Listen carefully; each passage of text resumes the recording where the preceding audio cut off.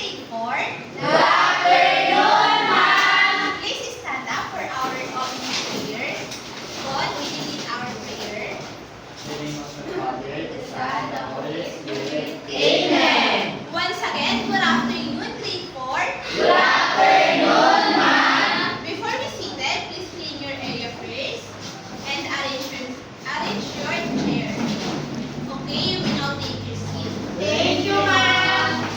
Teacher Check referred her classroom rules, and we need to follow these classroom rules during our class discussion. Our first classroom rules: raise your hand. Why we need to raise your hand? Because we need to respect the teachers or the classmates who talk in front, and work quietly to avoid this interrupt the others. Number 3, listen carefully to know the instruction or what teacher is saying. And the last one is be kind always. Did you get it, class? Yes, ma'am. Who is to remember our class discussion yesterday? Charming?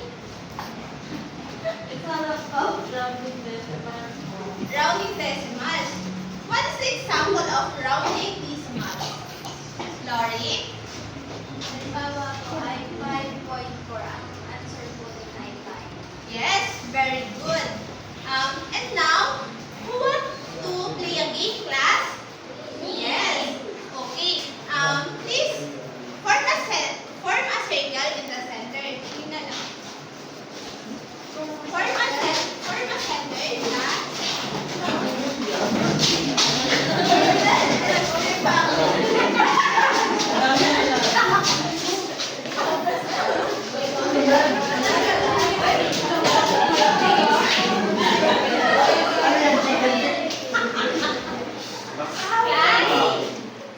Please be quiet.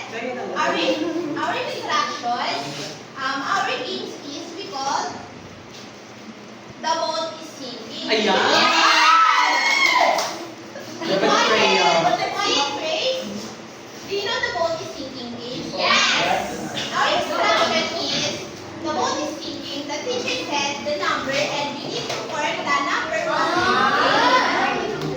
And the person or group is uncomplete is quiet. The group or person is uncomplete to complete the number what I say is eliminated or out of the game. Did you get it, class? Yes, ma'am. Okay. Mama, kapit kami kayo. Kapit nila. Okay ba? Maya ka pa sa kulang.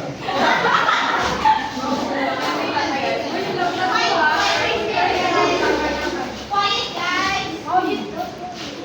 The boat is sinking. Group yourself into one. Tagal na si Casey. Ano lang po si Casey? Oy, wala ka. Ay, kumita ka na rin. Ako ang kamay! Ako ang kamay! Group yourself into three.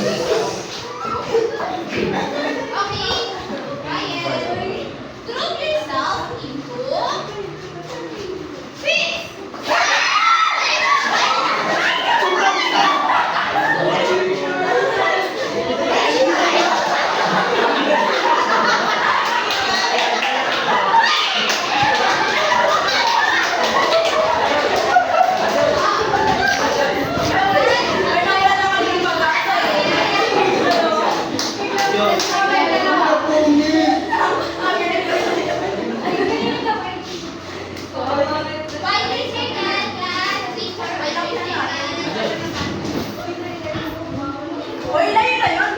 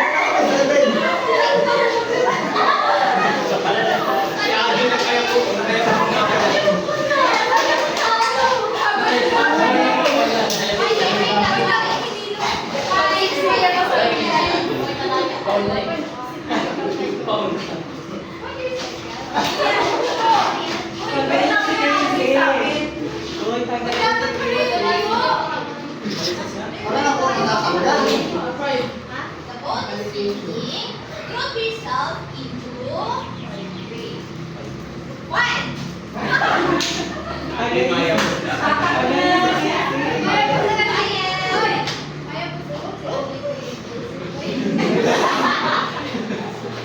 yourself into 4.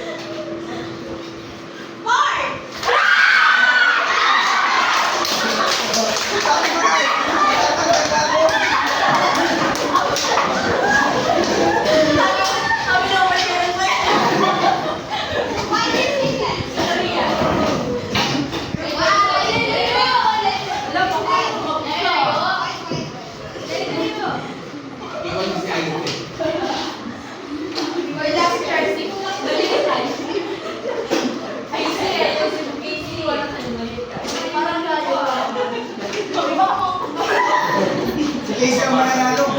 Group Nakapuksa. yourself into 3. Ay, kuya, tama! Sige na lang mo, sige na lang mo. Group yourself into 2. Group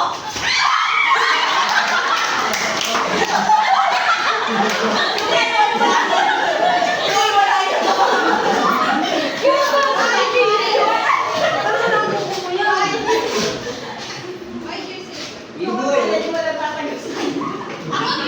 into 3.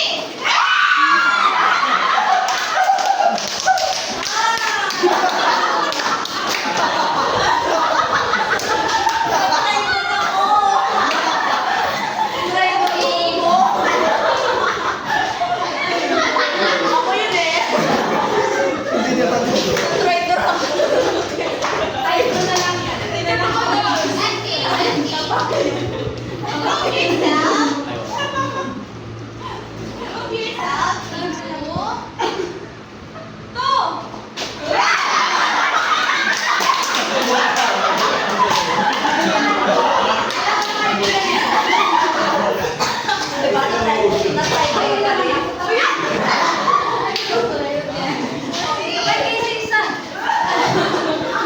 What point, class?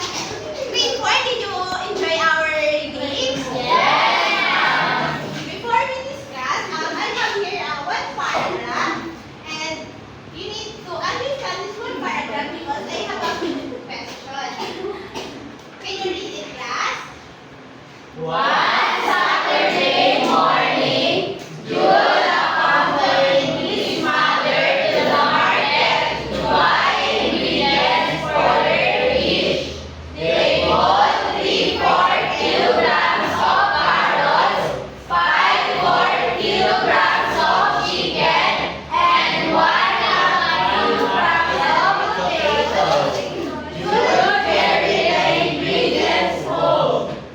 did you notice to our one paragraph, class?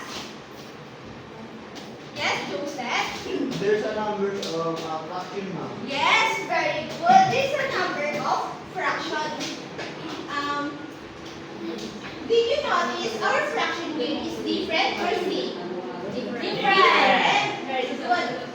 Who wants to circle our fraction here? Yes, Petro? Yes.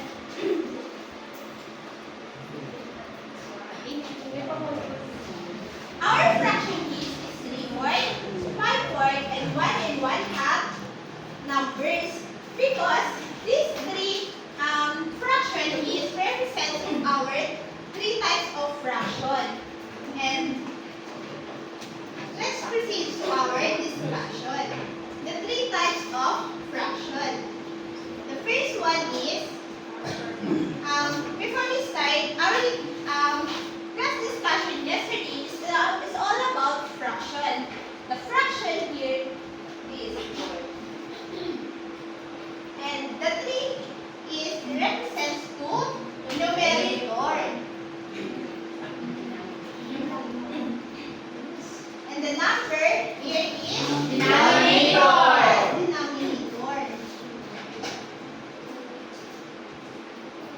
And the three types of fraction, the number one is proper fraction.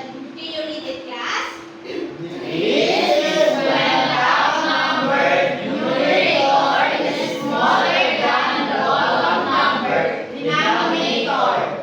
And here's our example of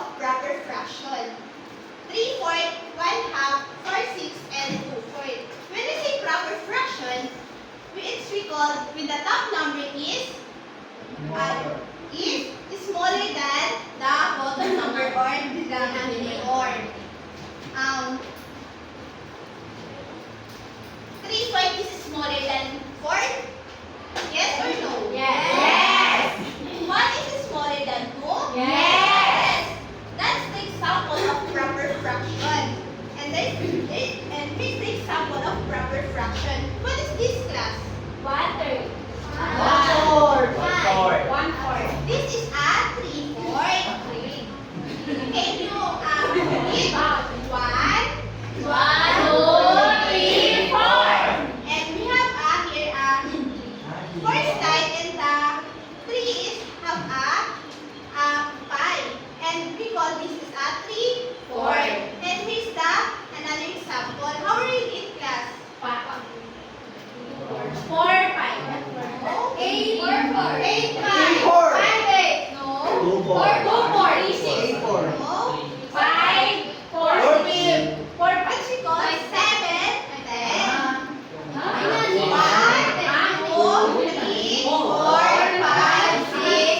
10. Then the whole number is 10. Did you get it, the proper fraction? Yes, ma'am.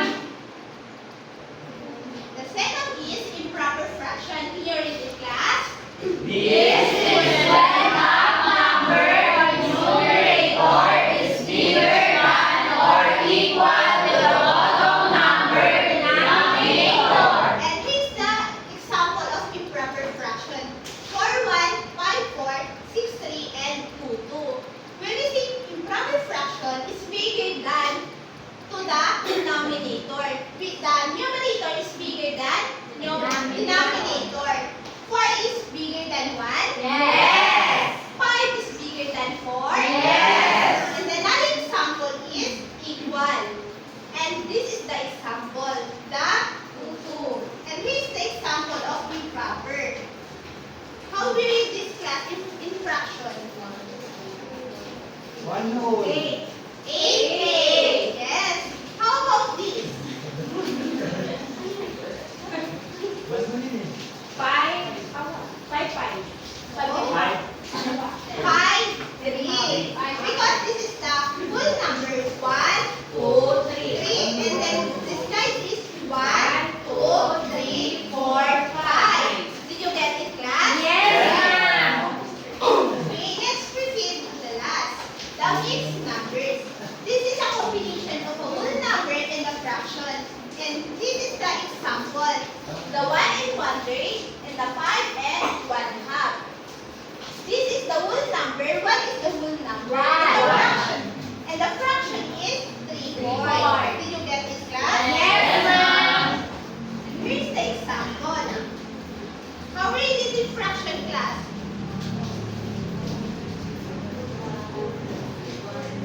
1 5, 9 over 10. 1. 9 over 9 over 10. No, we read it in a 4 and 1/2 because this is a whole number and this is the fraction. 1, 2, 3, 4, and 1/2. And another example. 1 and 3/4. 1 Yes. 4. 1 and 3/4. Did you get it, class? Yes. And I have a question here. What is proper fraction? Yes, Joseph? The numerator is smaller than the denominator. Yes. Can you give an example? At 1 least half one. now.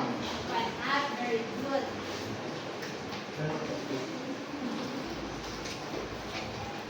How about improper fraction? Yes, Charlie?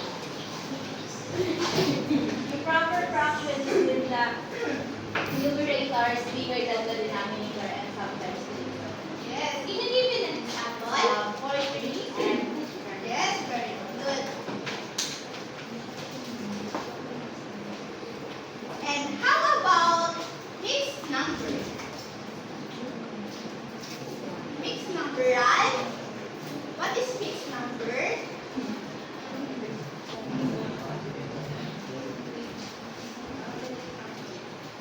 Ano po, the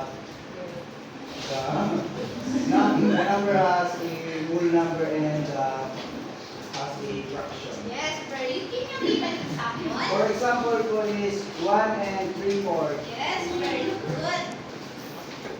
I see that. Did you know our discussion? And I have here a group activity. I will group you into 4 groups. This is the group 1, group 2, 3, and 4. You need to do is draw 3 visual example. Quiet class. Draw 3 visual example of each fraction. The proper, improper, and mixed numbers.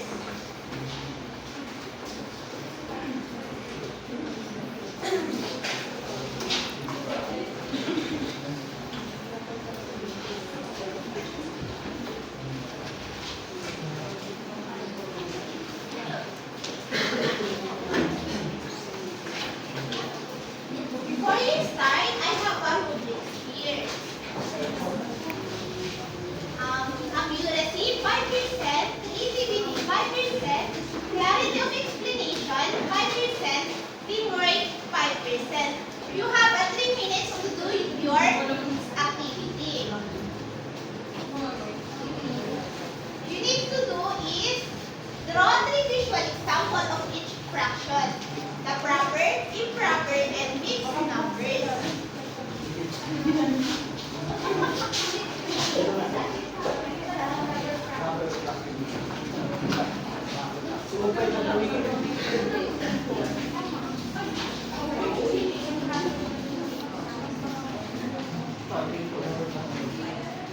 And you need to have one representative to explain your work in front.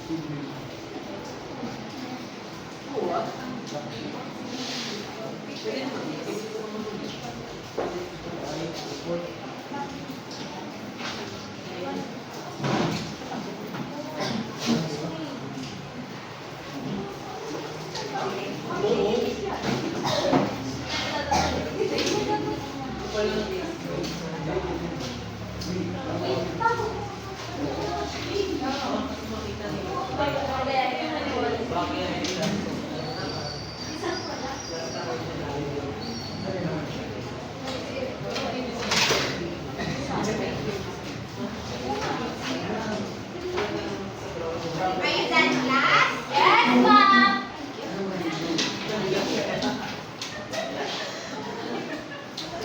Start.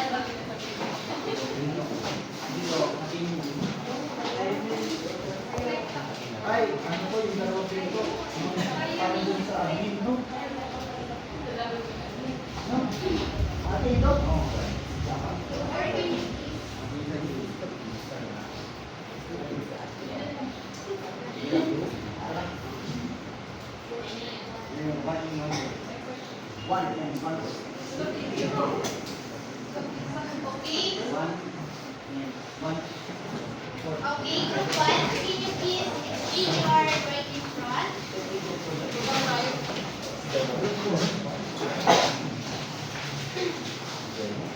So for our drawing, and for the proper fractions, we have flower, which is has a 5 petals with the 2 shaded petals, which is 2/5. And then in proper fraction, we have a pizza cut, which have a 500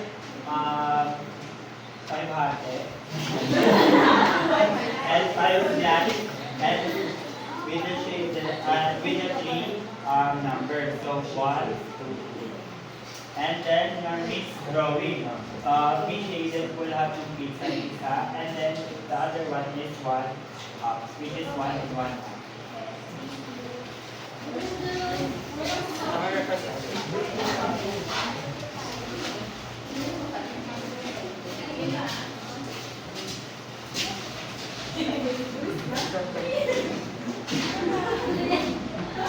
This is the pizza girl.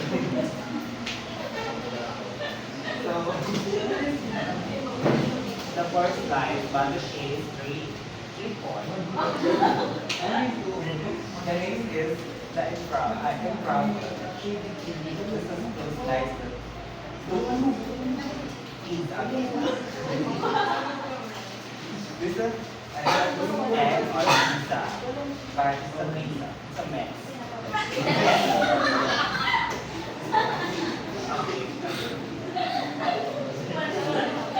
One.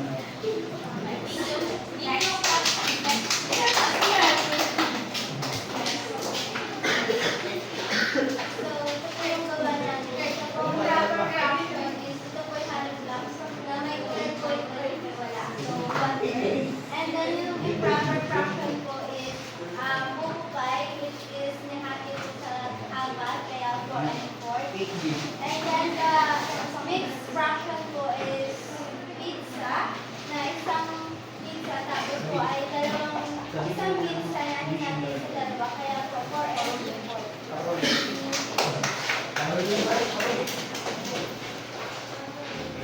Next group. Hello? So the group for draw half of pizza, 4 half of pizza. So the 3 parts are empty. So it is equivalent to 3/4 or 3/4. So it is a proper fraction. Then the second one is the improper fraction. We draw a wishing lantern basket. So the shaded part is 8 and the remaining part is 3. So it is equivalent to 8/3. Is a improper fraction. So the last one is the sixth number. So we draw one hole of door, and another one is the door that has anay here. So the one is the anay. So it is equivalent to 1/4. So the last one is equivalent to 1 and 1/4. Teacher is isang aral ng 16 score. Group 1 got 24 score. Group 2 got 25. Group 3 got 24. And the group 4 got 24. Perfect. Here is